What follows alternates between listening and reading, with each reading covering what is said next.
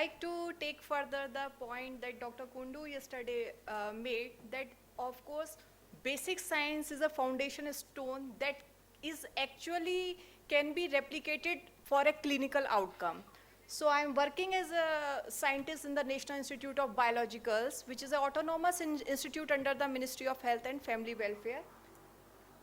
Now, there is one important protein which is a cell cycle regulating kinase, that is a Greatwall Kinase, also known as the microtubule associated serine threonine kinase, and this falls under the category of AGC family of kinases. You must be very familiar with the CDK family of kinases. So this is a homologue of that kinase, and these kinases mediate a n number of important processes, cellular functions, their mutations, dysregulation is actually responsible for different types of cancers. So this particular mast cell kinase, its overexpression has been associated with liver cancer, squamous cell carcinoma, and particularly the breast cancer.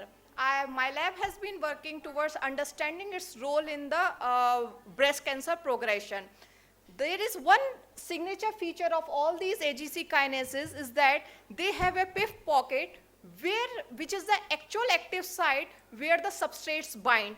And this PIF pocket has been taken as a center where most of these in silico studies are done to identify and do the virtual screening of inhibitors. Now, how does this mast cell actually works? So basically in the cell, mast cell phosphorylates the substrate ARP and INSA, and this phosphorylation results in the inhibition of a PP2A activity targeting this particular subunit. Now the implication of this inhibition, it elevates the cycling B1 CDK1 activity, which actually causes the mitotic entry, that is G2M transition. So the first part of the study that we started with was the virtual screening followed by the simulations. So we screened a lot of databases, both the synthetic ones and the natural ones, and we could successfully identify two sets of compounds. One with the synthetic, one were the synthetic derivatives, piperidine and piperidazine derivatives, and another one was the natural derivatives. The best part was that we could publish this study in 2018 in Nature Scientific Reports. We validated the interaction of these compounds. After docking, we validated with the simulation studies. The best part was that till date, the only known inhibitor against this protein is the staurosporin. Okay? And it shows it has a IC50 value somewhere in micromoles.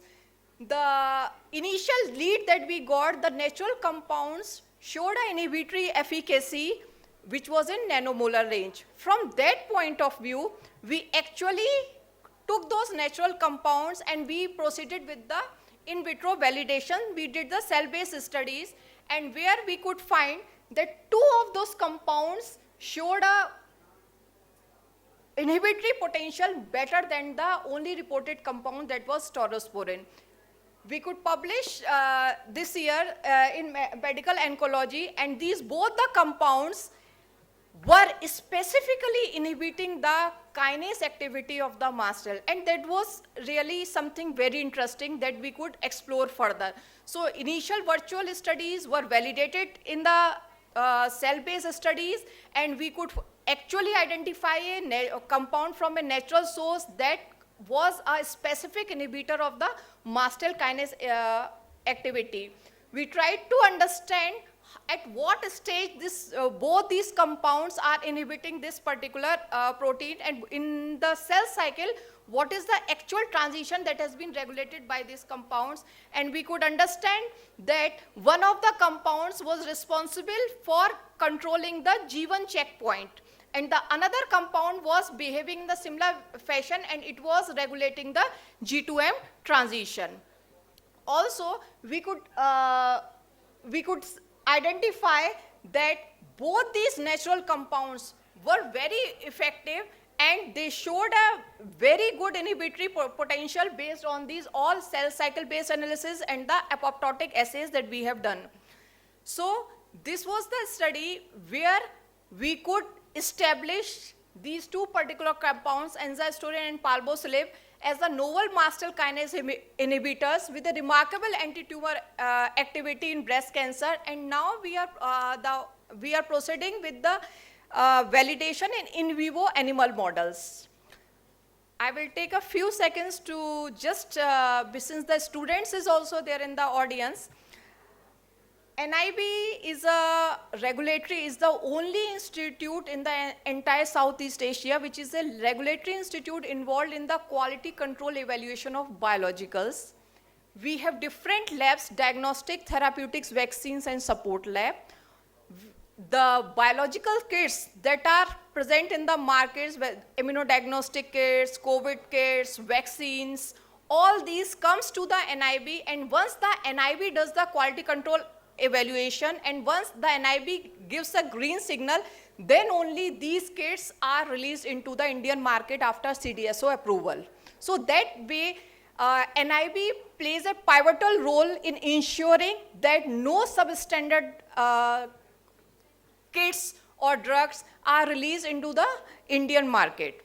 Now, also recently the NIB has initiated a postdoctoral program where they provide their own funding for the postdoctoral research, and also we have started a PhD program in collaboration with ACSIR. So these are the two opportunities that any of the students or scientists can explore, and they can check the NIB website. With that, thank you to everyone. I think I'm in time, so I can take up some questions.